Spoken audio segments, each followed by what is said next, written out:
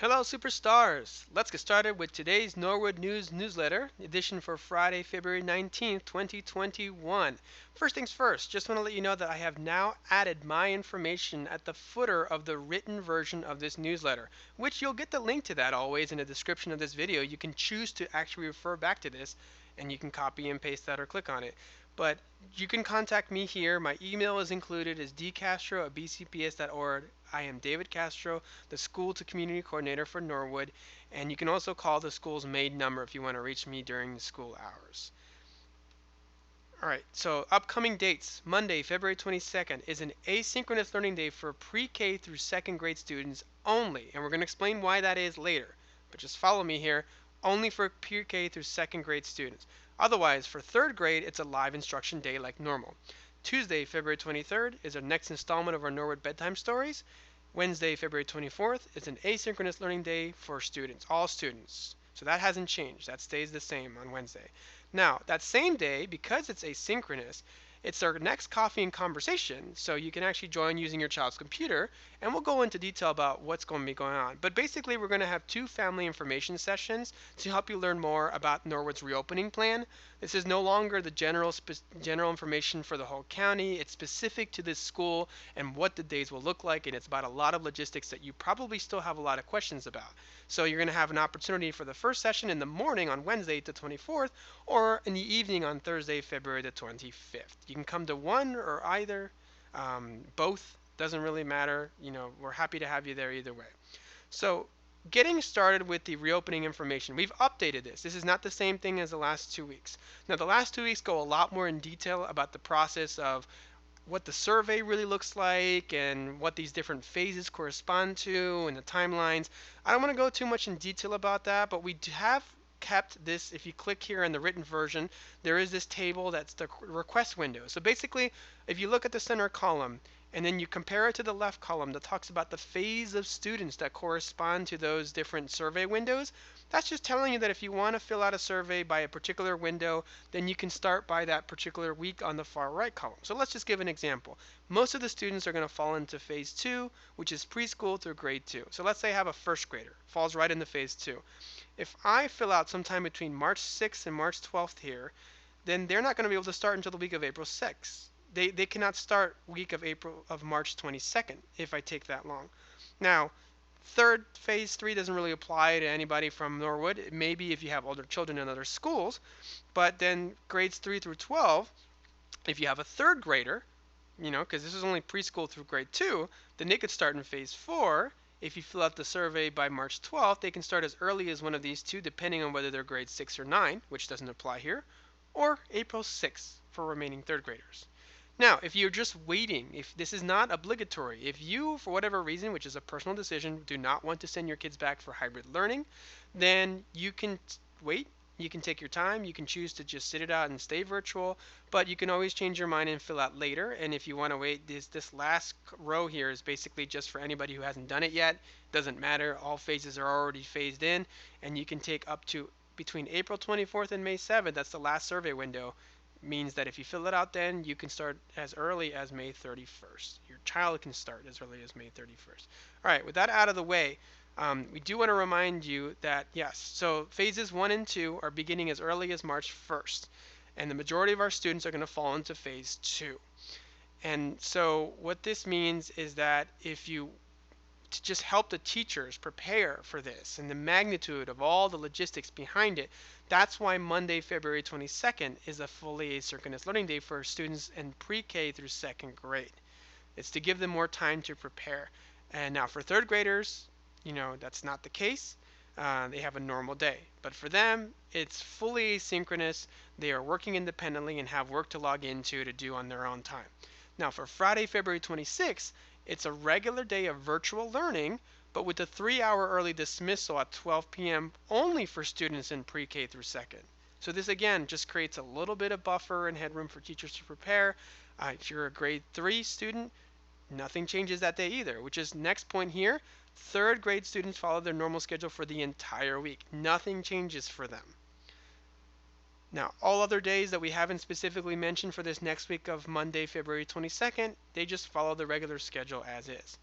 As always, if you want to opt in for in-person learning, which is hybrid, and the reason why it's hybrid is because they're going to be split into groups that alternate between in-person as well as virtual.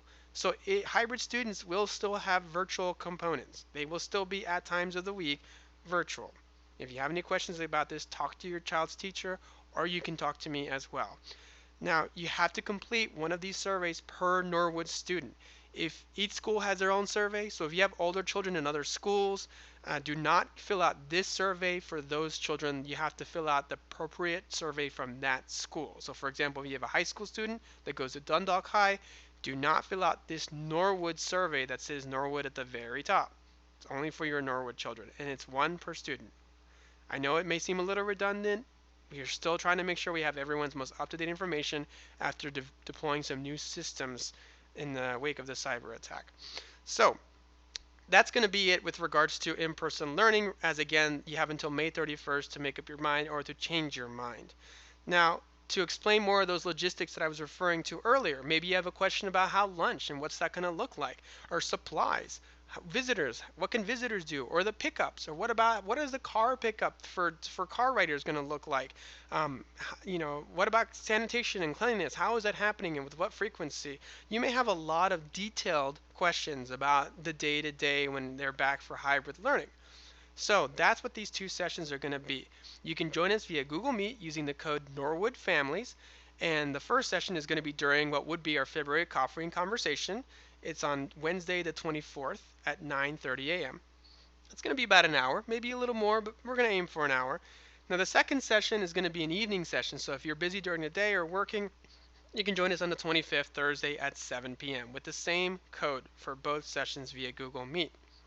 If you click on either one of these, you can be taken to a flyer that we've made that just helps remind you about what's going on, and it gives you the times and the information. And we're going to have Spanish and Arabic available for families. So if you need assistance in those languages, I, David Castro, will be there to help with the Spanish, and we will have other staff available as well to just check with the questions that will be happening.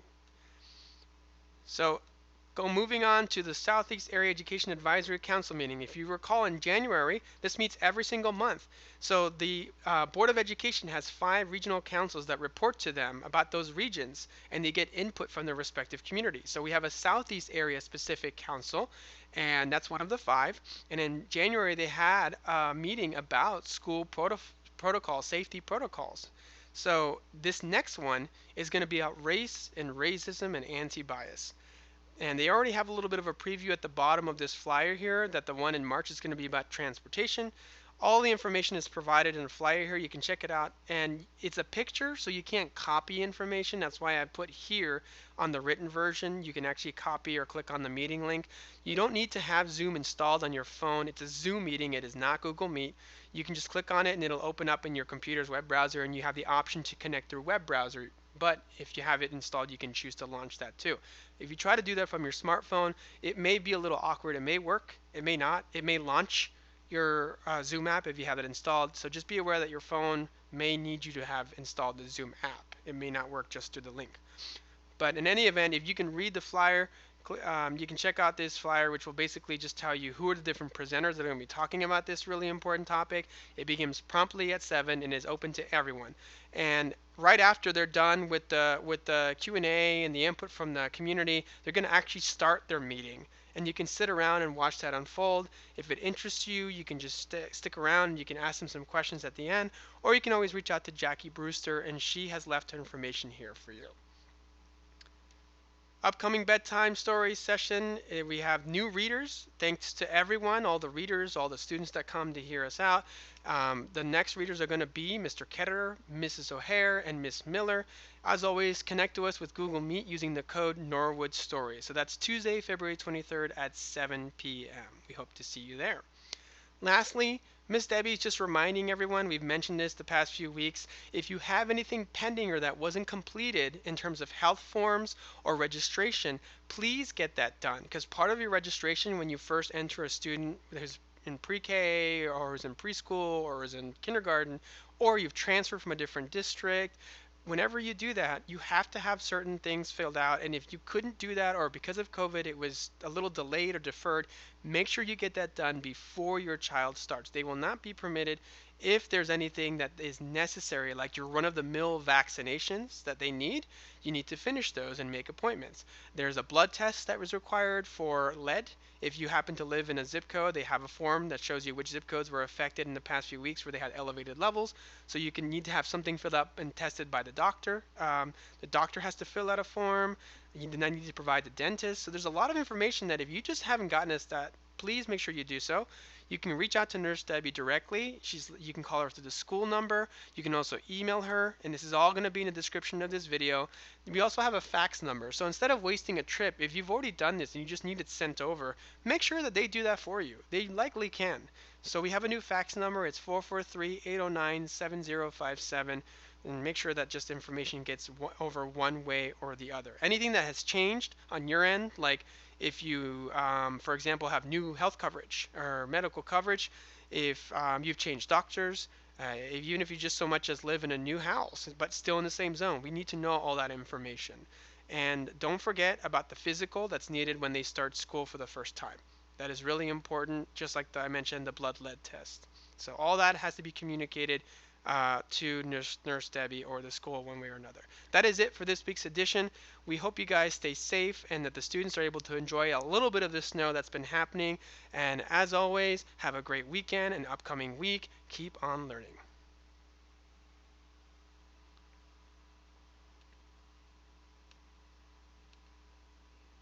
What? What? I don't think I was recording.